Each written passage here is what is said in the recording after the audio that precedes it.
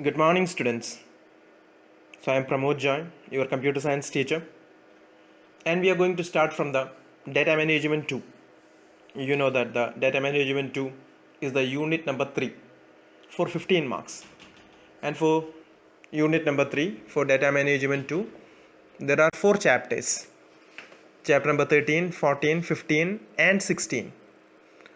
Out of that we are going to cover today chapter number 13 as well as 14. Some portions we discussed first year itself. So some portions are just a repetition, but still some new topics are there and we can discuss.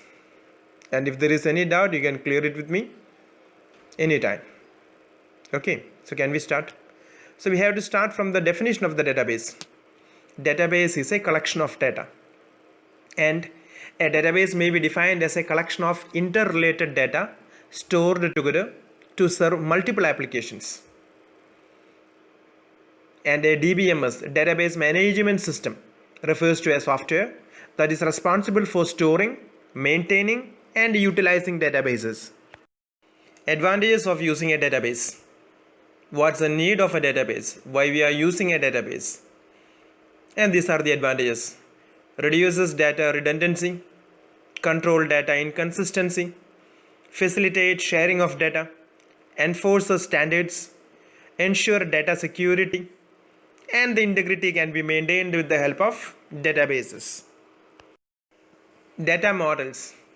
These databases can be represented mainly in 3 ways. They are relational model, hierarchical model, and network model.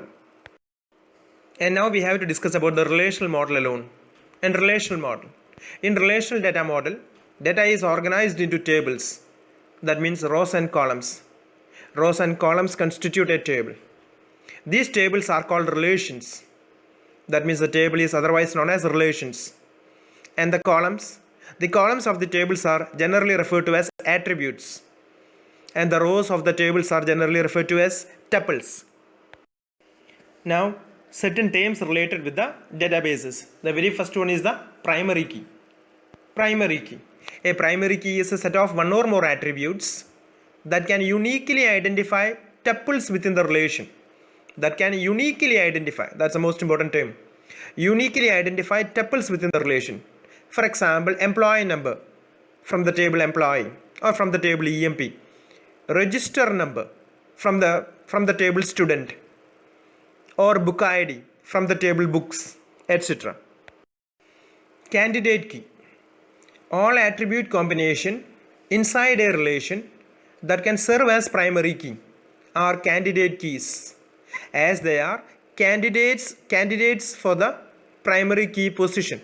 That means all those attributes who are eligible to become the primary key, they are called the candidate keys.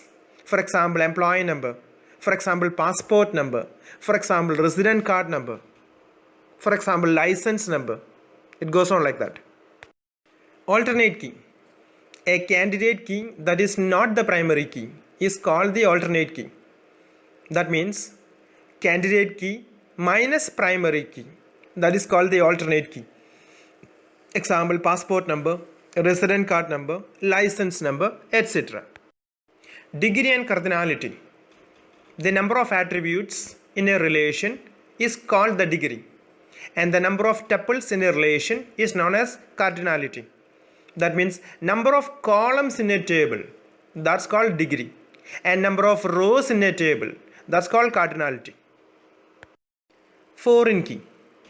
A non-key attribute whose values are derived from the primary key of some other table is known as foreign key in its current table. For example, we created a table called department. In that, department number is the primary key. And after that, we create a table called EMP. In that, department number is added. So in that table EMP, employee number will be the primary key as well as department number will be the foreign key. Now there is a relation between the table EMP as well as the DPT.